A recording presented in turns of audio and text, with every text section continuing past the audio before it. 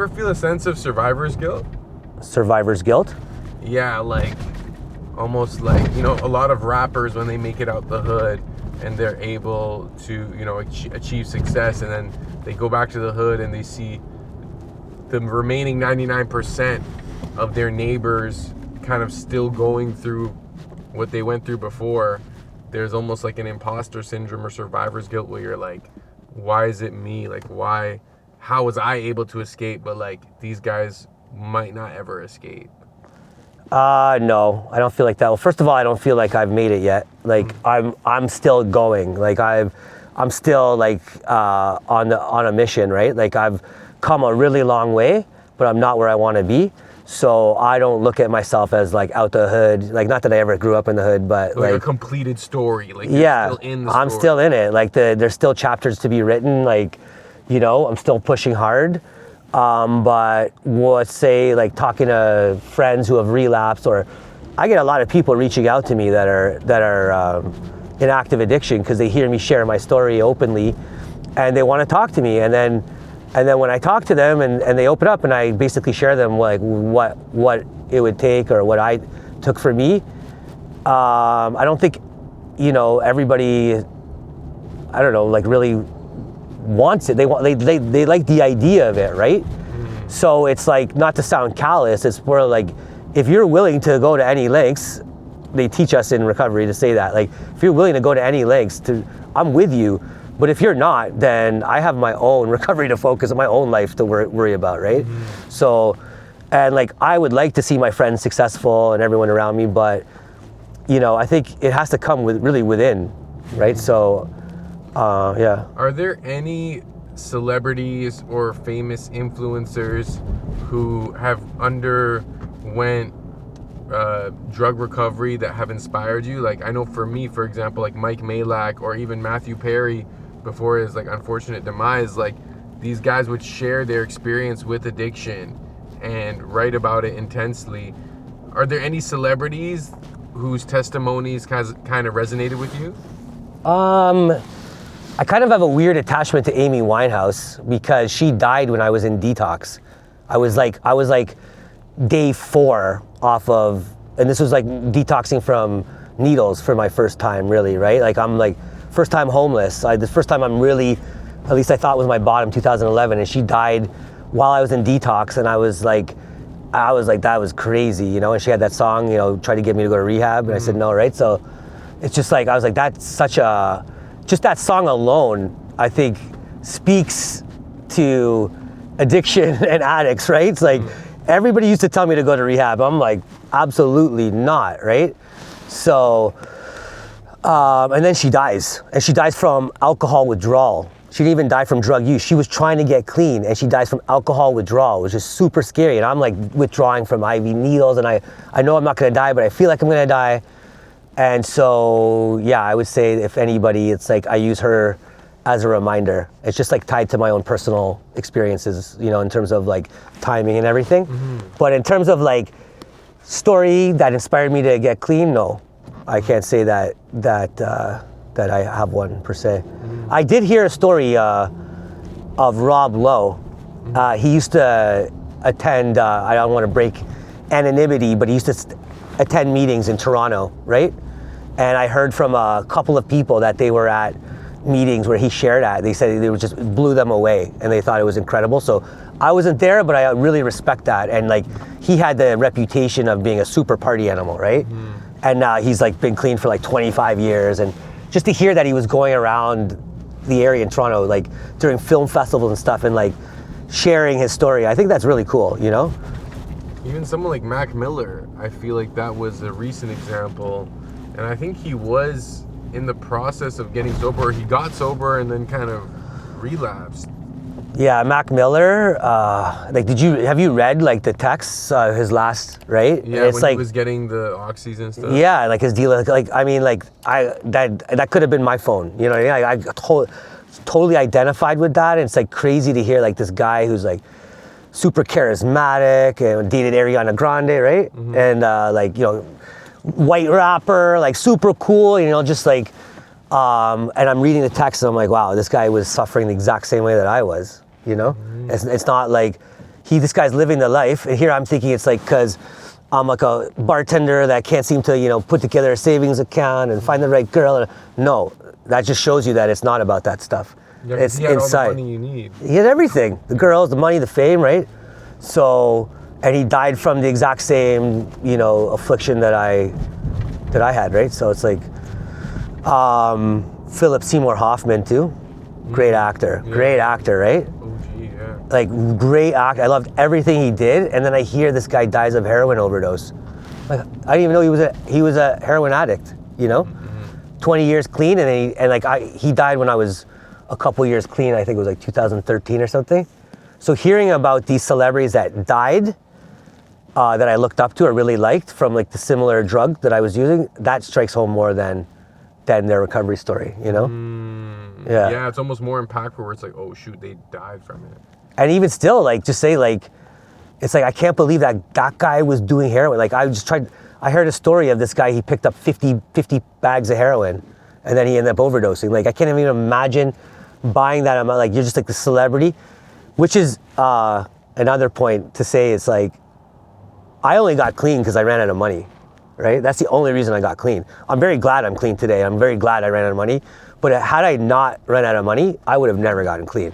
Right? So it's like those consequences of like hitting rock bottom and like feeling the pressure from not having money, like that's what led me to want to get better, because you no money, you have no home, you have no food, then you're living in the parks, you're living on the streets, and like I never want to let it get that far. But if you just had an abundance of money that was virtually like bottomless, it's like you can get all the drugs you want. I mean, you might not even die. You might just live your life as a functioning drug addict. And what kind of life is that? You know, like that's not really so it's like being like a wealthy person or being a celebrity. I think it would make recovery even harder. Yeah, that's what happened with Matthew Perry. And like even the doctors, they're like, how much do you think we can get off this like rich junkie kind of vibe, you know? Well, Michael Jackson. That guy had like a anesthesiologist on staff. You know what I'm saying? Like this guy's getting propofol or whatever that drug is called, to get put to bed. He's like usually like the drug that they use to put people to sleep for surgeries. He's using to go to bed every night. You know? Like that's insane, and that's what he died of. Do you ever hold the dealers responsible at all? I don't. I mean, up above, no, I do, for sure. They play a huge part, and I think that with additional resources towards treatment, I think there should be more harsh penalties towards dealers.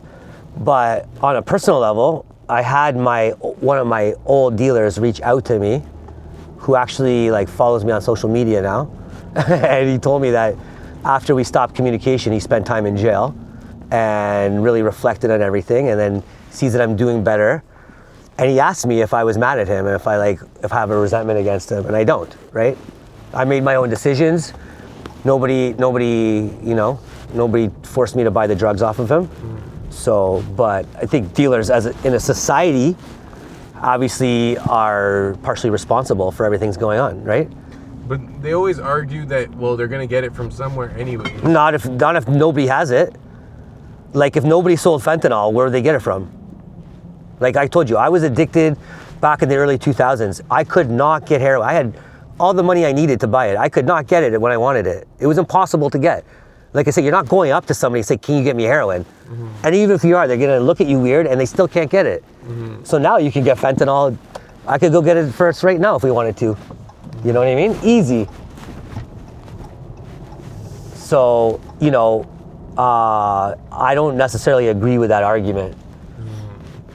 Also, why are they putting fentanyl in cocaine? Why are they putting fentanyl in cannabis products? Why are they, like, the game has changed. People are just trying to make money the cheapest possible way. There's no integrity, right?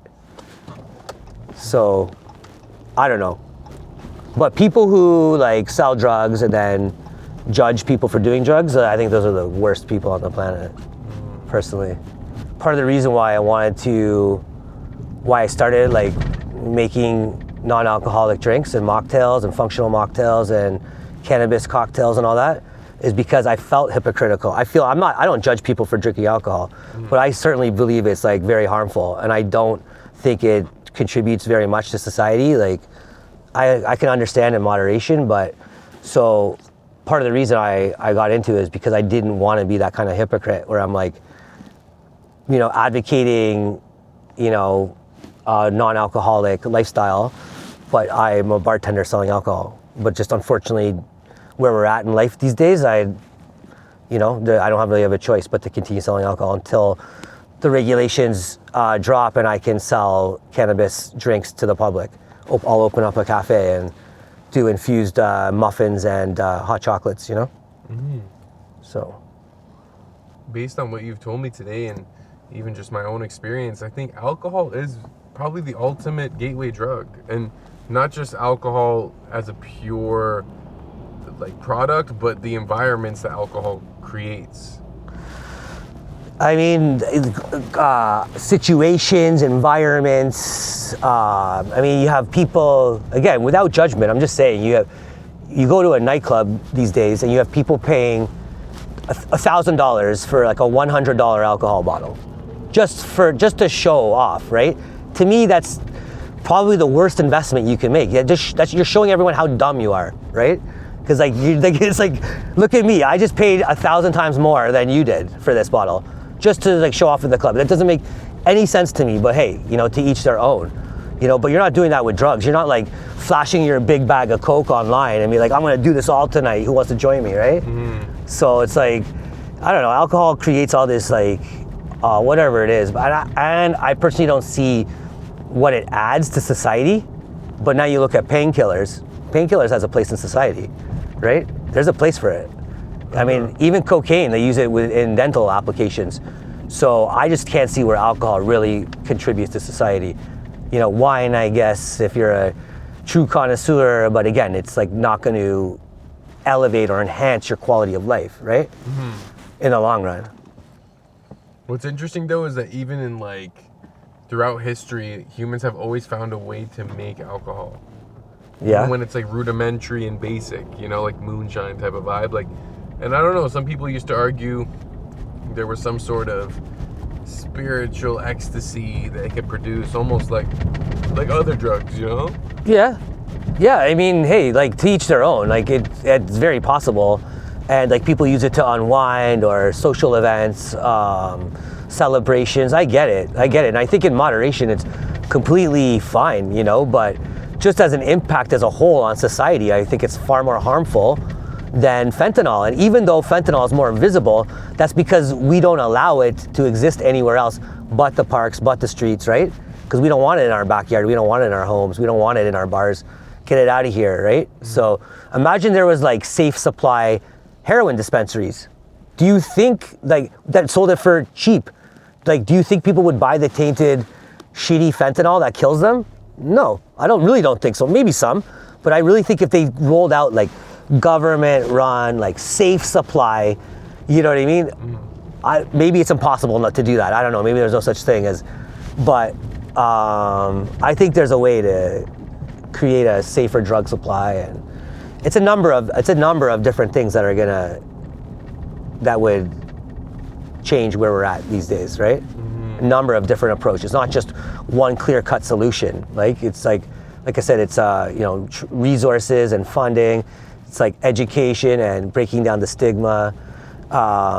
There's aftercare and tiered support, right? Prolonged support. There's mental health support. There's a whole bunch of things, and I think if all of that came into play, then I think it would make a big enough impact for us to notice a change, right? Mm-hmm. And you got to think, like when you're talking about success rates, because I've heard people say, well, you know, what's the point? The success rate's so low, but look at the money that we pour into like cancer research, cancer rehabilitation. What's the number one killer of humans? Cancer, right? So we might be better at treating cancer, but we haven't beat cancer yet. But we just continue to pour unlimited resources into it, thankfully. But I think we could divert some of that money and resources into addiction. In my own opinion, I just think that as a society, and most people just view it as a choice, and they don't believe that it deserves the funding and resources and effort it would take, right? You know what though, like, if I'm just trying to imagine a Canadian society without alcohol, it's almost impossible. Like, we just have a bunch of shisha lounges. Yeah, I'm not saying get rid of alcohol. What do you think of tobacco? What do I think of tobacco? Yeah, as a drug. As a drug? Like, what do I think of it? I think it's terrible. I think it's shit. I think it smells bad and it doesn't taste good, you know? But like, who am I to say? It's not for me, but like, go ahead and smoke it, like, right? I'm not gonna sit there and say don't do it. Even with alcohol, I'm not saying get rid of alcohol. I'm not saying get rid of the LCBO. I'm just saying, like, as a counter argument to those who are saying the consumption, shut down the consumption sites, shut down, like, stop giving out free needles and all that stuff. It's like, why are you talking about the number 2 cost on society? That's so weird, don't you think? If we're talking about taxpayers' money, why am I paying for this? Why are you targeting the number 2 cost? That's so weird, right? So that's what I'm just saying. It's just like, if we're gonna, you know, talk about what's causing more harm, it's like, why don't we approach all of it? Why don't we take the alcohol out of the convenience stores? You know what I mean? Why don't we just put it back in the LCBO? I don't think that's really helping. You know, like, why don't we make CBD beverages in the convenience stores? Not even THC. See what happens. You know what I mean? Yeah, I mean, even gas stations. That's what I was saying. Now. Oh, I know. It's like, you know, you can get 1 can and stuff. Like, it's like, I don't know. It's just like, why don't we stop pumping the airwaves with like online gambling? You know, like, you have the online gambling, but why there have to be like 3 commercials in a row for it? Which happens during a sporting event, right? Yeah. How many people are out at home boozing and then gambling? So now they have concurrent addictions, right? They have multiple, just like cocaine and alcohol. Now you got gambling and alcohol, and then they lose the bet, and then they get mad at the wife, and then they beat the wife, right? Kick the dog, right? It's like, I don't know. No, it definitely has a trickle down effect, especially, and I honestly think alcohol is the source of a lot of it. It is the source, because it's the most readily available. I am grateful to be addicted to heroin and not alcohol, because it's like a lot harder to get heroin. It's not accepted by society. It's got life-threatening consequences. Alcohol, like I said, you can just walk down the street and get it. So imagine being like newly sober and like having no footing at all. You're gonna walk down and every other store is selling your drug of choice. I used to get triggered walking by Shoppers Drug Mart. Even if it was closed, I was just knowing that they got painkillers behind the counter there. It would be, you know, when I'm in active addiction, it's like, so I can't imagine what it's like to be walking by all these stores selling booze and you gotta be staying sober, right? It's impossible. It's impossible to escape alcohol in this society. Whether or not you interact with it or purchase it is one thing, but it's ubiquitous. If you're going to a nice restaurant, they sell alcohol. If you're going to a convenience store now, they sell alcohol. Gas stations, they sell alcohol. So everywhere you go in society at this point, there's gonna be some representation of alcohol, or you're seeing an ad for it, you know? Absolutely, right? And like, what if you don't drink and you gotta be around all that, right? So, but you don't have any choice. You just have to be like, well, live and let live, they say. You go drink your booze and I'll drink my lemonade, and we'll both be at the same function, and everybody will enjoy their lives, right? Yeah, alcoholism is definitely the most normalized drug addiction, and they almost look at you like you're weird for not doing it. Like, yeah, I mean, also coffee too. I love coffee. I love coffee. I'm addicted to coffee. Me too. Yeah, for sure. But there are health benefits to coffee, but Yeah. obviously to a limited extent. Like, it's also a little harmful for you if you overdo it. Oh yeah, I mean, I think people, like, you know, you overdrink your coffee. A lot of people talk about anxiety these days, right? A lot of, you know, and they're over caffeinated. So it's like, but yeah. You know what's interesting? So like, I consider myself an addict of some form. Like, I used to smoke a lot of cigarettes. I used to smoke a lot of weed. I used to like do coke and shit. But and like, I drink coffee all the time, and I used to vape and all this stuff. But the one drug that like I never got addicted to was alcohol, and I think it's because my parents introduced it to me at a young age.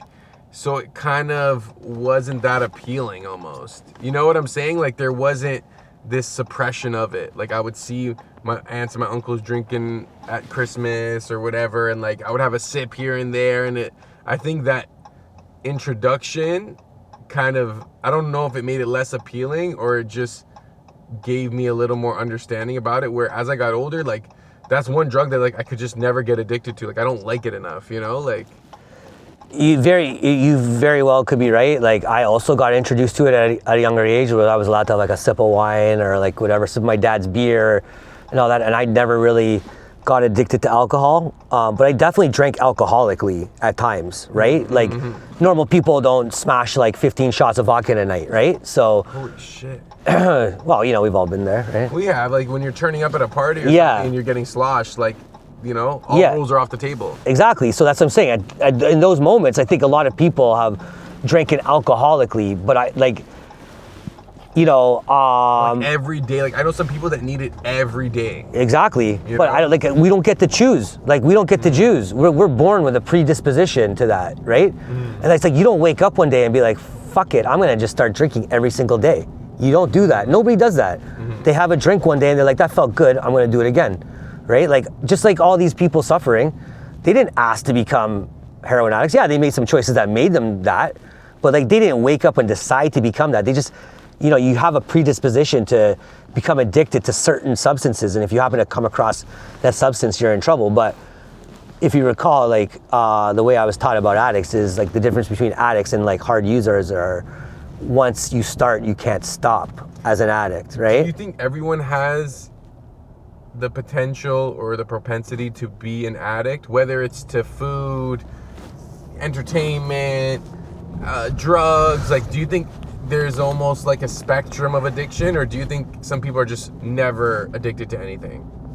I think that there are people that are not addicted to things. I think there's certain people that are disciplined enough to live their life and like, you know, live a balanced life, and they may overdo it or overindulge, but part of addiction is the continuous use of a substance or participation in behavior despite its negative consequences in your life. Okay, so if it's not bringing consequences, negative consequences in your life, then why would you change anything? Then it's not an addiction. I don't, like, that's the way I was taught rehab definition of addiction, right? So it has to have a negative impact on your life. For it. And regardless of that, you continue to use it or participate in. So, you know, for example, if you're gambling and you lose a bet, okay, no big deal. But then you lose the next bet, you can't pay your cell phone bill. And then you lose the next bet and you can't pay your rent. Well, now you have an addiction. But you make a bet and you lose, like I did on the Super Bowl, then, you know, I just like take my losses and wait to the next Super Bowl. You know what I mean? Yes. And that's fun.